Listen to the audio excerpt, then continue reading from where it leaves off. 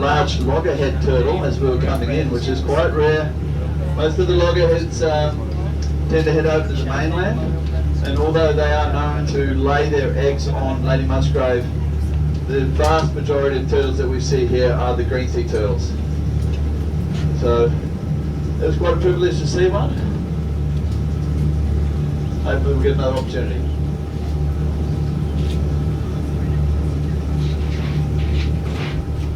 So I hope everybody enjoyed their island walk today. Yes. Saw plenty of interesting things. Sometimes the island can deliver the best part of your day with eagle rays and sharks and turtles and all sorts.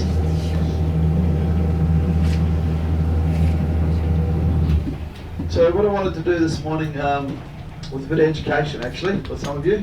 Some of you may know all about coral and how wonderful it is for our ecosystem, but for those who don't, I want to tell you, make you more educated and more able to probably help with the future of our coral and our reefs.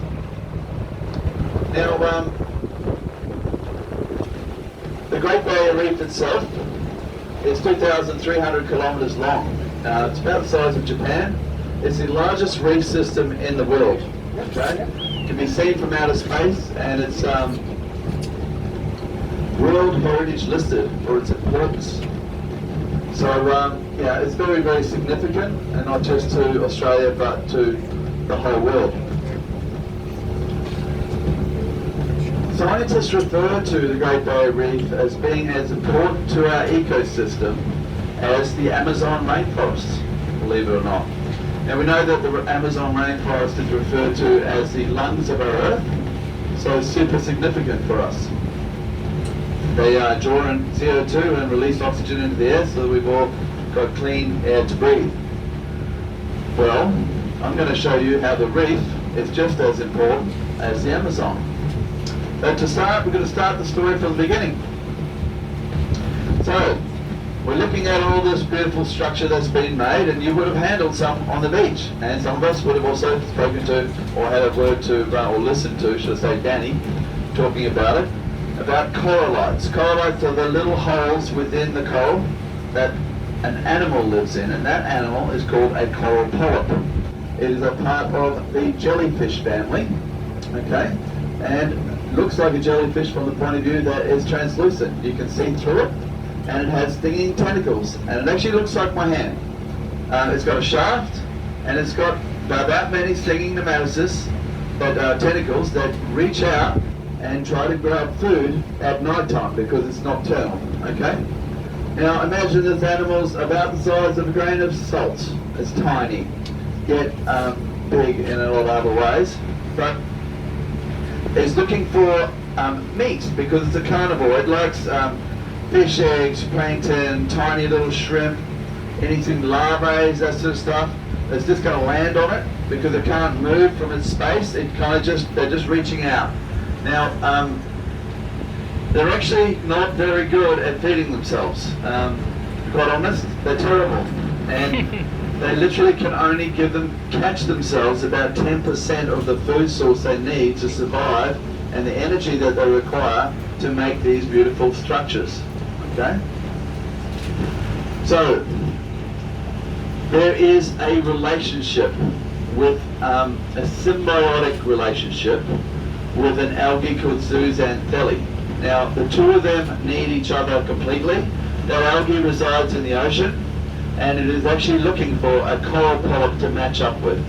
And what happens is when the coral polyp is reaching out and doing this, trying to catch food, it's getting some of this algae into its system. And once the algae gets inside, it breathes inside the animals, okay? And then it actually takes up a lot of the body, right through the entire body, is then filled with an algae. So if you imagine like the blood going through our body, imagine that being the algae in the coral polyp, okay? Now, algae has colour. Algae has, and not only algae, but zooxanthellae actually has quite a variety of colours. And there are many different kinds of the zooxanthellae algae out there. But you can recognise when you're seeing a coral polyp or a coral formation by the fact that it's a different colour from another one, and that indicates that it has a different coloured algae or a different style of algae within it. Okay. So we're going to go over to this coral bommy over here. Bommy is a shortened name. It's Bombora is the Aboriginal term, and it means outcrop of rock or reef. And any divers or boaties always just refer to it as bommy. Just like glass bottom boat is the glassy. It's an Aussie thing, we shorten everything right down. So we're going to go to this bommy. It's a good one because it shows many of the different styles of coral formation that are being created. In fact, there are only 7 different styles of formation that are created by the coral polyp. And we're going to go through and count at least 6 of them off right here on this bommy. The 7th one is actually, it's called mushroom coral, and I can't find one on this bommy, but it has a single coral polyp in it, which can be as large as a dinner plate. Alright, so, see the short bushy coral that we're going over the top of? That's called bushy coral. Funny enough. Marine biologists are really particular about how they name things. It's always about how they look. Then you will notice as well that there's one called encrusting coral, and it's quite easy to notice because it's got a thin layer that it goes over other existing dead corals. Then you've got the ones with the quite large branches. You got it, branching coral, okay? And then, oh look, there's a giant clam. Yeah, so branching coral, we're going to go over, see this big blue one right here. That's a really large boulder coral, okay, and it's part of the massive coral family. Sometimes they will have a shape of like brains through them, and people refer to that as brain coral. See how it's really large? These things only grow 0.5 centimetre per year in diameter. So that's probably 1,000 years old. Corals will live for millenniums.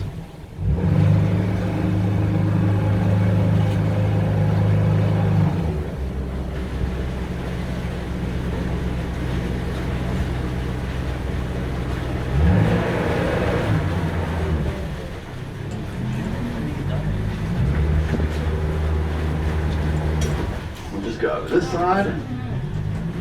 See if we can't spot a couple more. Was anybody counting there? How many did I come up with? 5. Oh, there's a big branching one down there. It almost looks like a tree. The branching coral will grow about 8 to 12 centimetres per year. And they're the fastest growing of the corals, but they also are the most brittle, so most likely to break in wave action. Now, there are over 400 different kinds of coral polyp that exist on the Great Barrier Reef. That's the animal. But you know, out of them, they only make 7 of these different shaped homes, which is quite unique because you might get 2 of the sort of identical coral polyps side by side, actually building completely different structure. What kind of depicts the structure is the environment that it's in. If it's wavy and whatnot, but still you will get different, they just randomly seem to choose how they're going to grow. Okay? Now, we mentioned before how there's a symbiotic relationship between the coral polyp and an algae called zooxanthellae. Now, the important thing to know is we've talked about the fact that the algae is like a plant. If we haven't, we're going to now. Algae is like a plant and it produces photosynthesis. And through photosynthesis it creates sugars and carbohydrates, which it feeds the coral polyp 90% of the food it actually requires for survival. So without the algae, the coral can't survive at all, okay? But because the algae is like a plant, it does one other thing, and this is the bit I was getting at. Okay, so the ocean is like a sponge. It's a sponge for CO2. Carbon dioxide is automatically drawn into the ocean, and from there it needs to be filtered. Well, it gets filtered by the algae and by the algae inside this coral. So what happens is, just like a plant or a tree, it will absorb carbon dioxide and then release oxygen. Oxygen for the animal, oxygen for the fish, oxygen for us and all the other animals on our planet. So that is why they also refer to a reef system like this as being the lungs of our Earth, and as important as a well-recognised forest like the Amazon. So, you know, in our whole ocean, only 1% of the ocean is taken up by coral reef, yet 25% of all the world's fish are found in the reef systems. Okay, so vast majority of a huge amount of fish in comparison to the rest are found in the reefs. 10% of all the world's fish are actually found right here in the Great Barrier Reef. So it's a really significant ecosystem for fish habitat and fish breeding area. Now, I'm going to tell you a little bit more about coral because there is some interesting facts that I would like to point out. One of them is once a year, just once a year, when the water is at its hottest, and 5 to 7 days after the full moon, there is what you call a coral spawning event. We don't know when that's going to happen. Only the coral knows, but it happens in between 20th of November and about the 1st of December on average. And in one night, the entire reef, from here to Port Douglas, 2,300 kilometres, in one night it all spawns, and including the giant clams, they do it too. And it's a combination. Some polyps will release eggs, some will release sperm, and it comes to the surface in like a brown sludge, and it mixes together, right? And during while it mixes together for about 7 days, it also starts to drift on the ocean, which means it's moving, and as it's combined together, the eggs and the sperm fertilise together, and out of that an embryo is born, an embryo of a coral polyp. And when it starts to develop, it becomes heavier than water and it sinks to the bottom. And if it manages to land on nice clean dead coral that's been cleaned by, say, a parrotfish, or a shell, or a shipwreck, or a rock, then it can start to attach itself, and then it will draw in salt water and start to build a calcium carbonate shell around its body, so a limestone shell around its body to protect it from predators. Okay. Then what it does, because then you've got I've got a coral structure the size of a grain of sand. Right. These are obviously a lot larger than that, and when you look at coral, there are heaps and heaps of little holes in them. So what actually happens after that is they start to kind of duplicate themselves in a different way, and it's called budding. Like a plant will bud off the side of a stem, these guys, they bud a version of themselves straight off the side of their body, and it's a genetically identical clone of itself. So, and then that one does it, and that one does it, and that one does it, and they continue to build these calcium carbonate structures around themselves. And before you know it, you've got a million of these little fellas with these hard calcium carbonate structures building these, beautiful coral formations.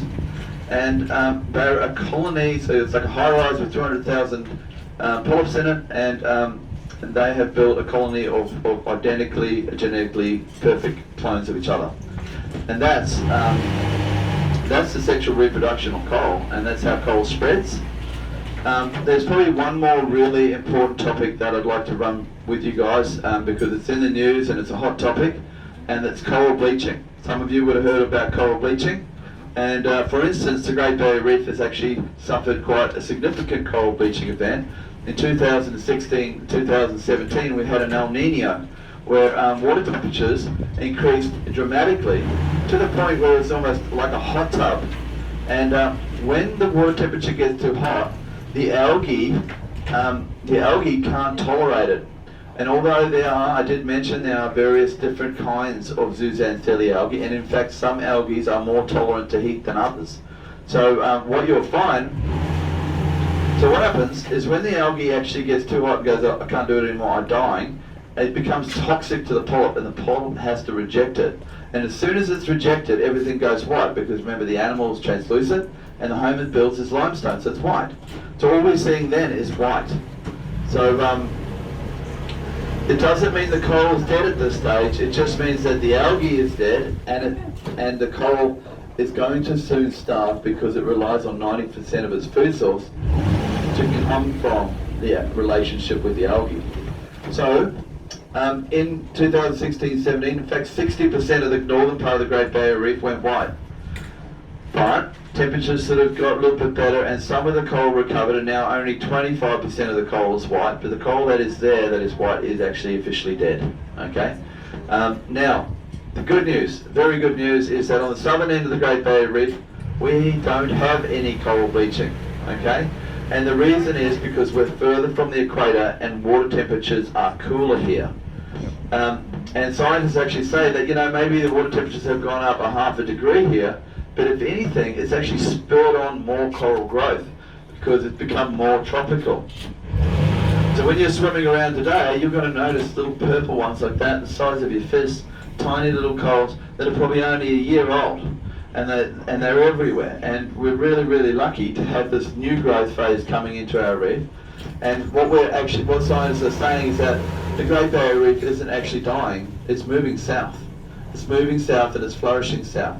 So, our kids might only have to drive an hour or two from Brisbane to get to the coral reef, which so it's positive, right? So we're really, really lucky to have such pristine coral and fish life here on the southern end of the Great Barrier Reef. Well, ladies and gentlemen, I think that kind of wraps up coral. I think we should go and talk turtles.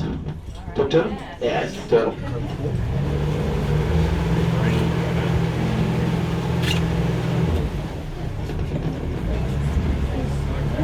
Okay, so we get 3 of the world's 7 turtles here in Lady Musgrave Lagoon, and they are the green sea turtle, the hawksbill turtle, and the loggerhead turtle. There's a big spangled emperor fish down there. That's a beautiful fish. Yeah, so we've got the 3 turtles, and I'm going to go to a turtle cleaning station now, which is an area where turtles come to have the parasites and the algae removed from their shell. Turtles will actually travel in excess of 100 miles to come to one of these stations to be pruned and manicured and nurtured. Marine biologists say that it's like a day spa for turtles, and it's very good for their mental health. And one of the reasons we think that is because when turtles go on a turtle cleaning station, they go into a meditative trance, and they slow their heart rate right down to very few beats a minute, and it allows them to hold their breath for up to 2 hours.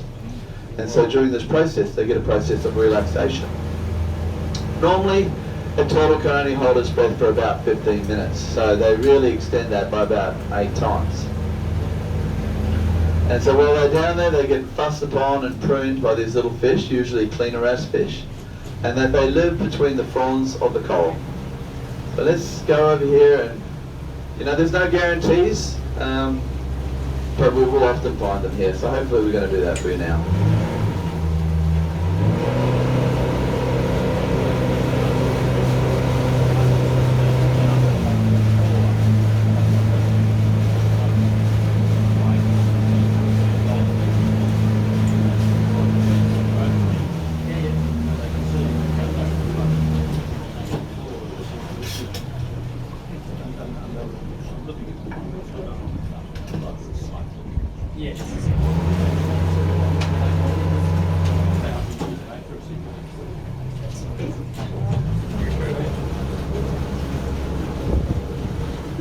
So this dark patch in front of us is what we call a turtle cleaning station, and also a bommy. Just go over it, and if you do see a turtle, just be sure just to point in the direction that it is, so that I can adjust my drive. Breathe Empress, this is great blue.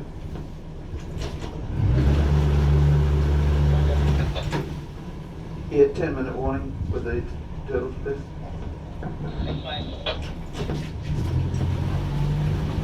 Alright, so yeah, this is a turtle cleaning station. Are we pointing to a turtle down there? Yeah. Excellent. Thank you. Nothing more disappointing for a glassy driver to come here and not find a turtle, because that does happen.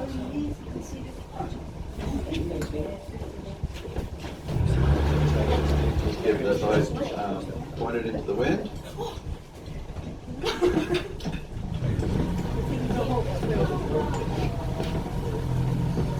Try to get over it so everybody gets a good look at him. Oh, that's a biggie. Now, you see how it's got like serrated back on the back of its shell there? That indicates that it's actually a hawksbill turtle. And the hawksbill turtle are very much endangered because they have the thickest shell of all turtles. I'll just bring you around on that again. Now its shell is not only thick, but it's also beautiful. If you've ever heard of tortoise shell pattern, which you'll find in plastics nowadays, but it was actually very common to find that in hair combs and things like that. Well, that tortoise shell was never a tortoise at all. In fact, it was a hawksbill turtle. It was hunted specifically for the pattern in its shell and the thickness of its shell, the things you could do with it. It was known as good luck to have a hawksbill turtle at your front door, and I don't think that's very good at all. But anyway, another thing about the hawksbill turtle is it actually eats soft coal and sponges, which are toxic to humans, and it makes the hawksbill turtle also toxic to humans. So it was only ever hunted purely for its shell. The rest of it was discarded. It's kind of sad. But they are slowly coming back, and hopefully one day they will be off the endangered list. So we also have the green sea turtle, which is the most common turtle here. It's usually a lot smaller than the hawksbill because we generally get the juvenile green sea turtles visiting the lagoon, and they come here because it's a safe environment. There aren't as many large predators.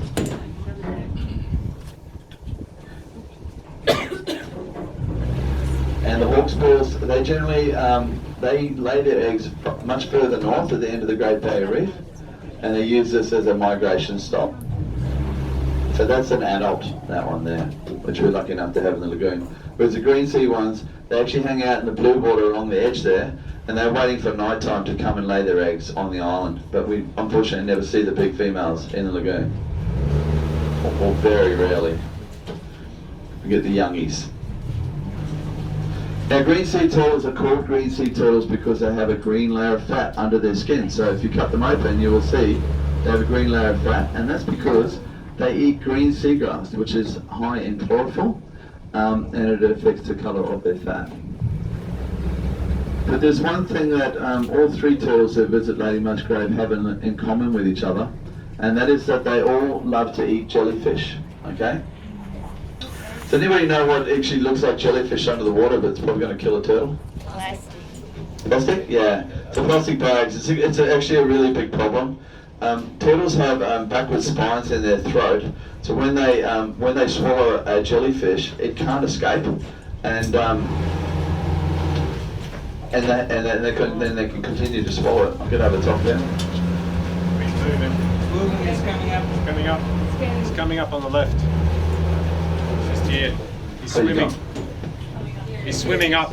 It's just under the boat. Just here, swimming to your port. To your left. Just on that side of the boat. On the outside.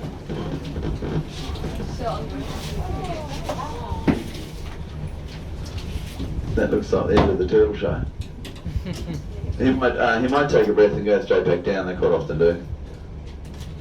He might be one of the ones that isn't able to hold his breath for 2 hours while we do a turtle show. He's coming up. I do see that turtle quite a bit lately. He really does like this turtle cleaning station. We might move over to another turtle cleaning station now and just see if we can't spot another turtle on the way home. And I'll finish my story about these plastic bags. So what happens with the plastic bags is they are forced to swallow the plastic bag all the way down to their stomach because of these backward spines in their throat. Oh, this is good. People on the right hand side are going to see them come to the surface, hopefully. There we go.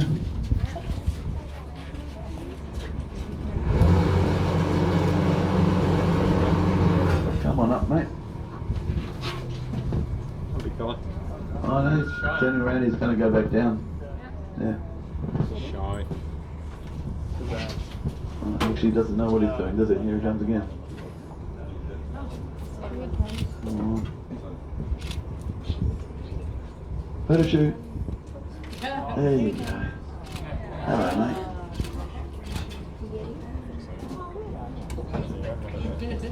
So you should see lots of turtles today, I hope, when you're snorkeling around. Right, so we're going to go to another turtle cleaning station on the way home. So while we're doing that, I'll just finish the story with the plastic bags. So what happens is the turtle is forced to eat the plastic, and it gets stuck in its stomach, okay, at the top of its shell. And what it actually does, it inhibits its ability to release air and deflate itself so that it can go to the bottom. It's like a diver that have like an air void that they can use to balance their flotation. And what that means is they actually get stuck at the surface and they can't dive anymore. And because all these turtles are bottom feeders, they eat grass, they eat sponges and whatnot, they can't get to their food source. So they slowly fade away and starve to death on the surface, or are likely to get hit by a propeller or a boat or something because they can't dive to get out of the way. And also makes them a big target for predators because the one line of defence is to be able to swim through the water and it inhibits their ability to dive. So they can be saved if a marine biologist or a vet gets hold of them. They have a way of fixing them. But if you ever see a turtle that can't get under, cannot dive, only one cause, and it's plastic. That's it. So 1 in 1,000 turtles make it all the way to sexual maturity to lay their eggs. So it's a really tough. I don't want to be a turtle when I come back, put it that way, because that's harsh rules. So all we can do is try to prevent plastic getting in our oceans and do what we can to look after the turtles. While we're going past this, you'll see this little lagoon on the inside here. It's like a lagoon inside a lagoon. Well, directly out of here, the company I'm working for, Lady Musgrave Experience, we are building a very exciting new project. It's a pontoon, and it's going to be anchored more or less where we are right now. It's going to be the length of our boat and half the width again, and it's going to have an underwater observatory that you will be able to sleep in, and enough accommodation for 30 people, and you'll be able to watch the fishes swimming by your bed at night. We'll have a bar and cafe upstairs. We'll be able to take you to the island for a nighttime tour to see the turtles hatching and the eggs being laid. You'll be able to have sundowners on the beach. You'll be able to get up early in the morning and go snorkeling and have an all-day fest on the reef. It's going to be the most exciting thing that's happened on this end of the Great Barrier Reef ever, and we're all lucky enough to be a part of it. So that's going to be launched in about June this year. So anybody that's thinking about coming back to Australia or does live in Australia, please come back. If you want to know more about it, jump on our Facebook and follow our Facebook page. As soon as it's open or as soon as we're taking bookings, we'll let you know, but we are constructing it right now. We're super excited. The whole team are really excited about it. Lady Musgrave Experience is actually a fairly new business. Been around 4 years. We're growing and we love, I know the crew, we all love our jobs. We're passionate people. We've been employed for the fact that we are passionate and love what we're doing here, and we want to promote and restore the reef. And as part of that, we'll be doing more reef restoration work. But you know, if you do actually think that us as a crew have committed and given you a great day and a great experience, there is something you can do for us.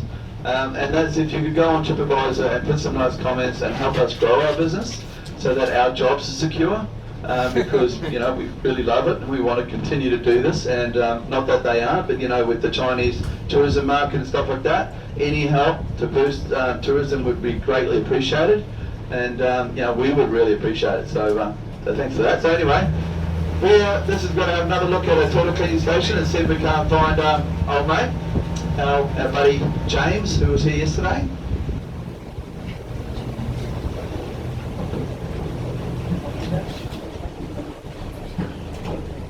And then we're going to take you back for lunch. Let's see what we got here.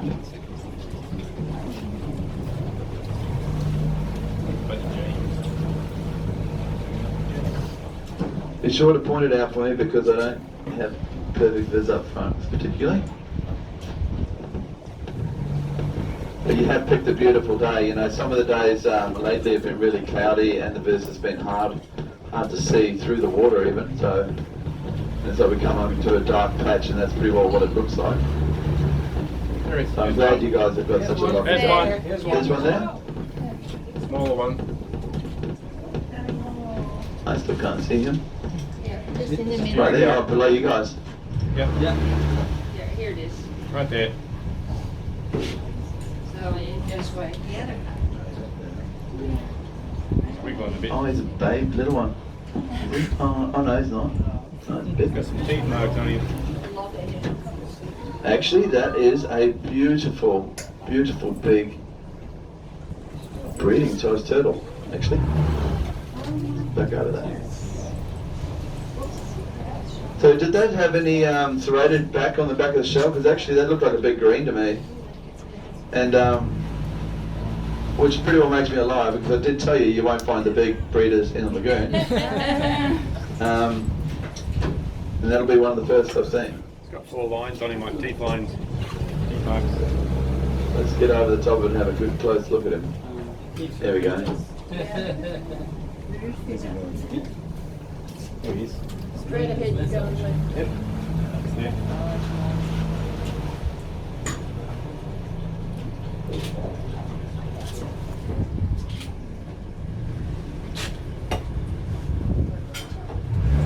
Get another spin on him.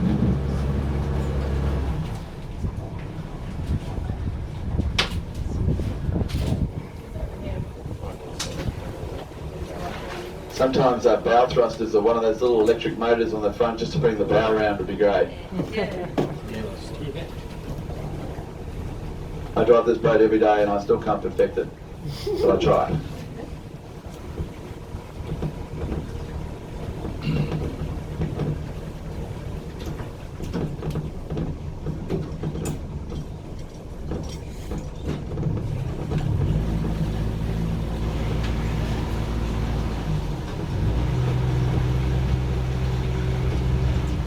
It's there. Okay, thank you. We should just drift on him now. Yep. Coming out of the middle. The trick is to get the nose into the wind and just let us sit there for you, if possible. Right underneath. So where's, can anybody see if he's got There it Jack? is now. Yeah, there it is there. That might actually be a hawk's call. One more.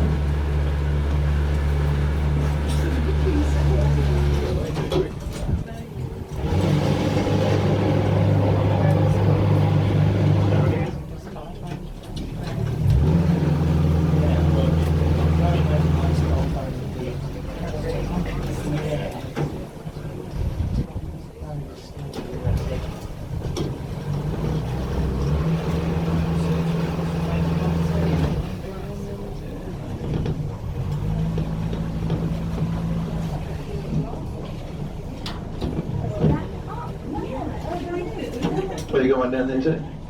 No, it looks like a pair of sunglasses. Oh yeah, there is a pair of sunnies down there. Someone spotted them before. I was wondering if they're Maui gems. I'm going swimming for them later. Oh, there he is. Now, a quick look at him and then we're going to have to go back to the boat for lunch, ladies and gentlemen. Beautiful. Lovely. Now I've got a little trick for you in the water today. If you see any turtles and you want them to come up to you, do this. It's actually you mimicking a turtle, and apparently they'll come up to you, but don't do it to the big ones, because they could end up on your back. There's one over here as well, which looks like a hawksbill. It's probably on its way down to the turtle cleaning station. Now you'll notice just up front of the boat there is that white buoy. Everybody see that white buoy up there? Yeah, so we'll go past it in a minute. I suppose everybody's still interested in trying to catch a glimpse of this hawksbill turtle down there. If he comes to the surface.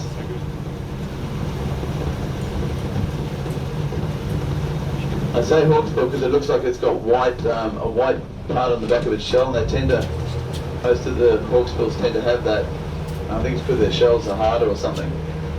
Yeah, so there's a white buoy here just off the left-hand part of the bow, okay? That indicates the limit of the snorkeling area today. From the Reef Empress to that white buoy is the limit of our ability to safely keep eyes on you and what you're doing, okay? So it's our responsibility to make sure you guys are 100% safe. So we ask that you do not go past that, but you'll see this brown patch just in front of the white buoy. That's another turtle cleaning station, so it's a good opportunity for you to see turtles there. And when you are snorkeling on the reef today, please stay along the edges, along the outside edge of the reef. Please do not go across the reef. By touching the reef with your fins or your hands, you're going to damage the reef and the little animals that we talked about. Even touching them with your hands will give them a bacteria that was likely to kill them. But not more importantly, but the other thing, of course, is that it's very sharp and you are likely to get an infection from the warm water and the reef as well. So stay off the reef, all the beautiful fish are along the edge. And yeah, stay along the edges there. You won't get, also the current does come across the reef and can pull you out, so just you stay there, you'll be safe. And we're going to go aboard the Reef Empress now. It's going to be lunchtime, have some nice lunch, and then get in the water for a good 2 hours of snorkeling. You guys are going to have the best day of your lives, just about guarantee it, but everybody else does. So before we go aboard the Reef Empress today, we're going to take our shoes off one last time.